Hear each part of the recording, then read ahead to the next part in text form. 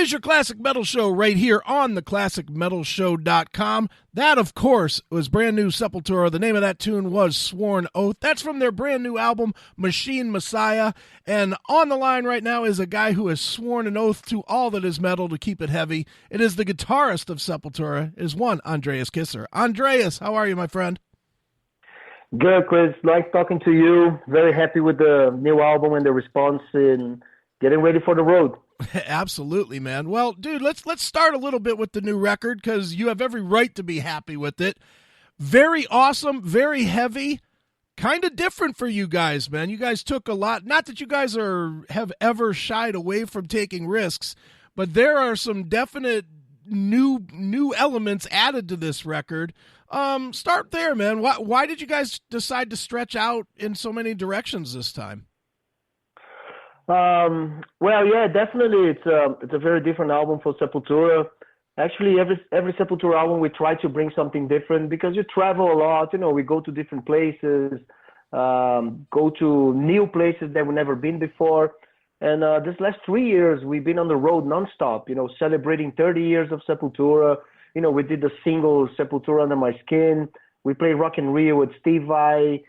We went to Georgia, Armenia, 15 shows in Russia, you know, all stuff that we did for the first time and brought a lot of new ideas and influences, especially the 30-year celebration, you know, because we felt that we were closing the cycle, you know, 30-year cycle, amazing cycle, up and downs, but we felt that, you know, celebrating 30 years with the Mediator, we went everywhere, festivals, you know, every type of situation, playing mostly old stuff, you know, but it felt that we wanted to do something, you know, to start a new, not a new chapter, but a new volume, you know, in our career, the next 30 years, who knows, you know, but, you know, and try to be as musical as we could, you know.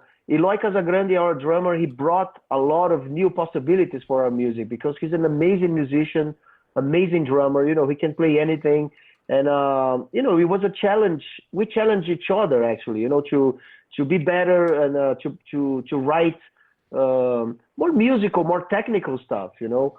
Jens Bogren helped a lot. We went to Sweden to record the album, to bring like the Tunisian violins, you know, to be aware of the album we want to make. And he was crucial and fundamental, you know, to get that sound. He mixed everything, he mastered everything, you know, produced everything. And every song is very unique from each other, you know. They have a very strong characteristic from each other. Derek using his vocals more in a melodic fashion, you know. So, you know, like you said, we never been afraid to risk, you know, to try new elements, to go to new territories.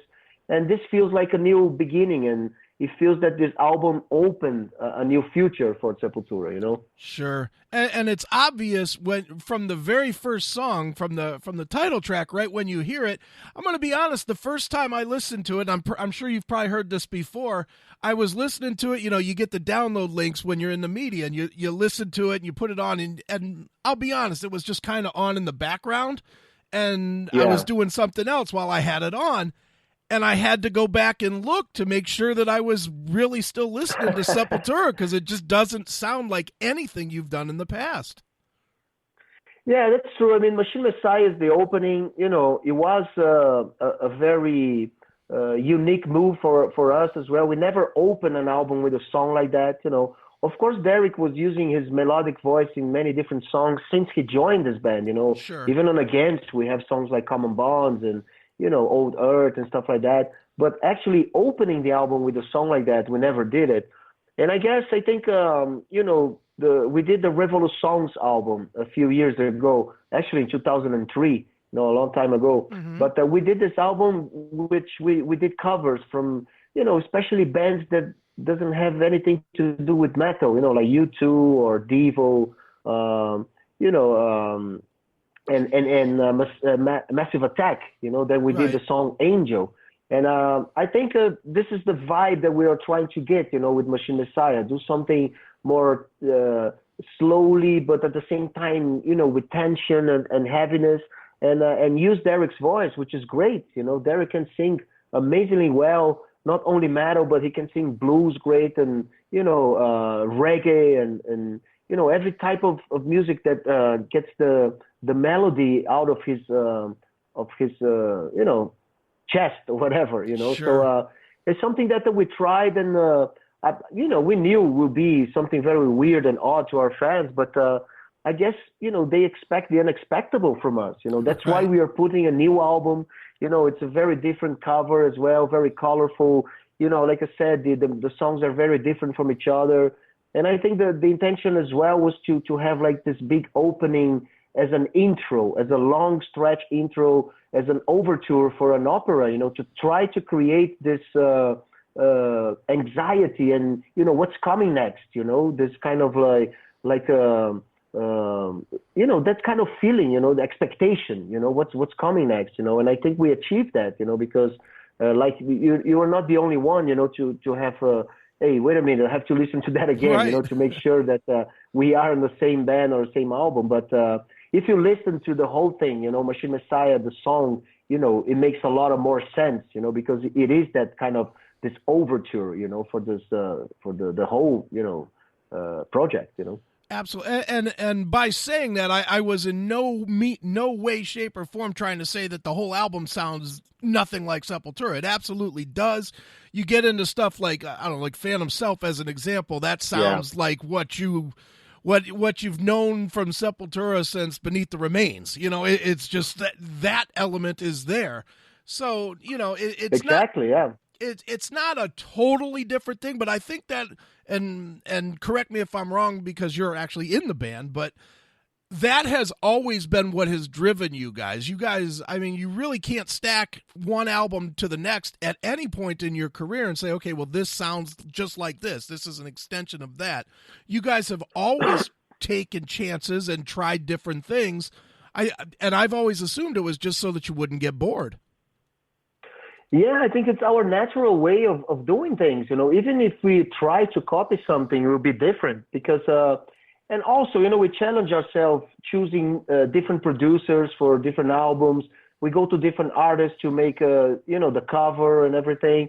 And this territory, the risk territory, the unknown territory, it's where art actually happens, because if you don't go there, you're gonna keep copying yourself or somebody else. You have to extend, to break your limits, and like I said, we travel so much, we play with so many different bands, we meet so many different people, we go to different places, and food and books and whatever. Everything is an influence, and it's great to be here in the present now. We respect so much our past and everything, but to use what we know now, that's what's life and art is all about. You put all these elements and all your experiences and your baggage, cultural baggage, and you put in your music, and we never lost that characteristic sound of Sepultura. We like to play heavy, distorted aggression, and heavy technical drumming, and but at the same time, to bring and to work with new elements that can extend our possibilities to do heavy music, and we love that. That's excitement. It feels alive. We don't feel like a puppet trying to fulfill expectations from no one. I mean, it's impossible to fulfill everyone's expectations, and we don't want to do that. Right. I think it's hard enough to fulfill our own expectations, of what we do and inside the band musically and business wise and everything.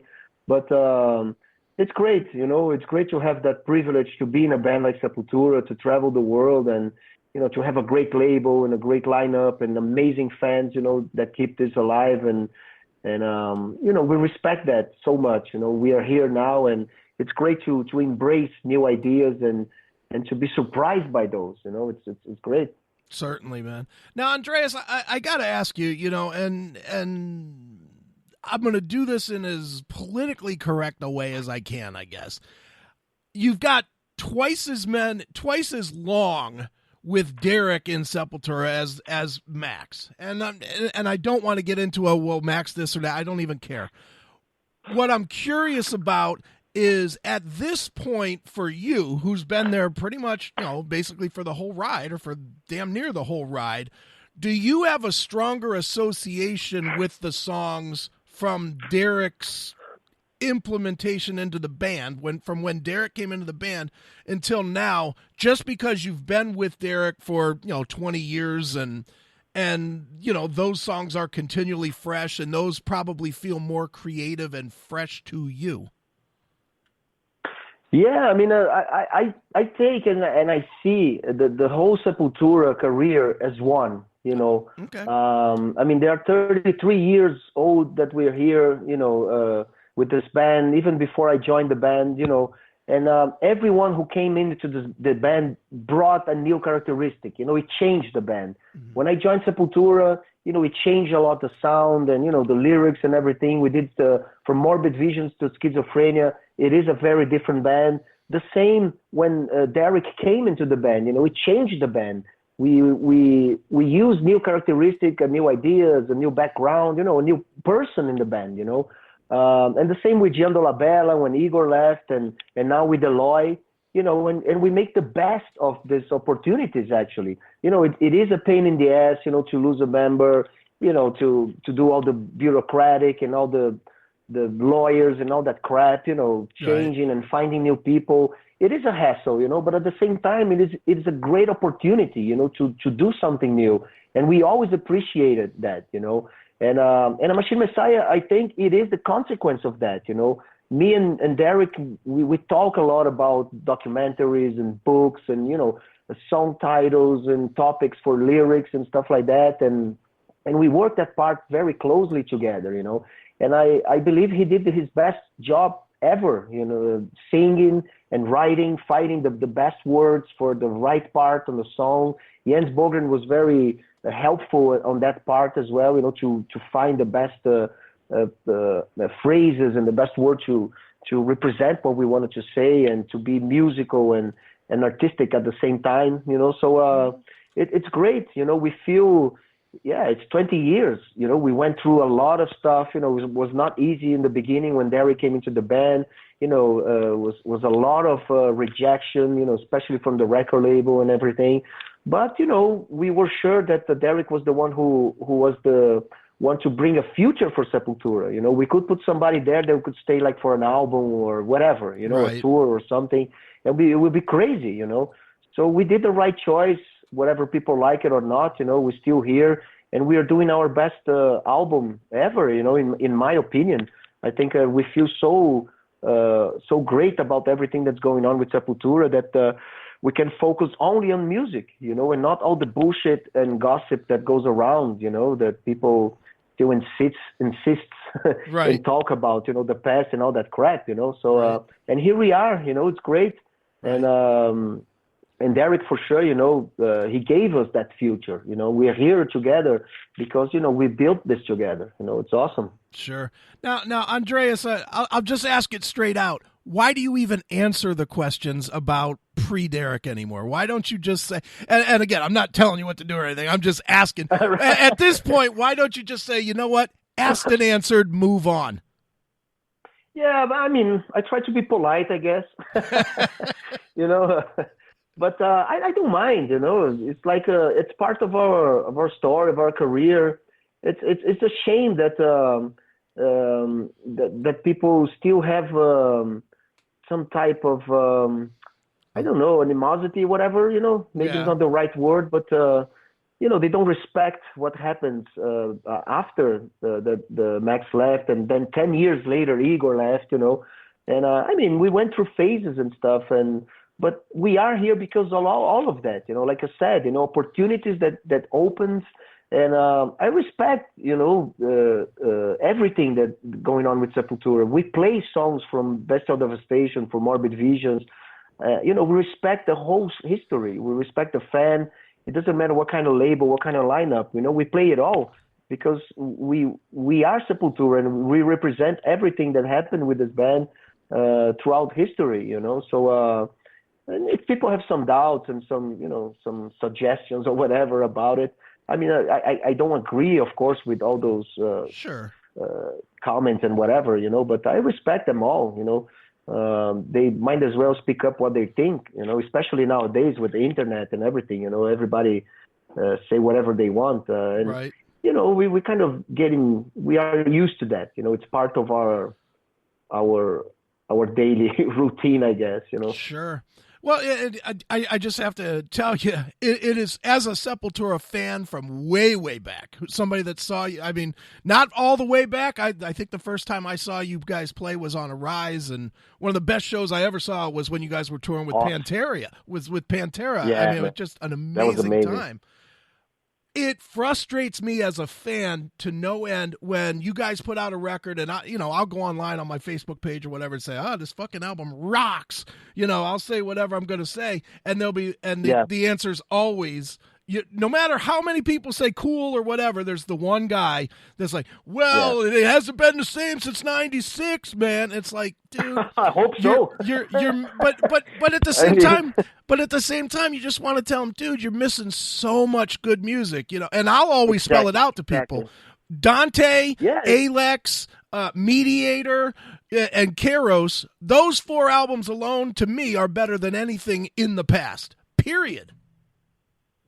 thank you, man. It's like it's exactly what you said. It's their problem.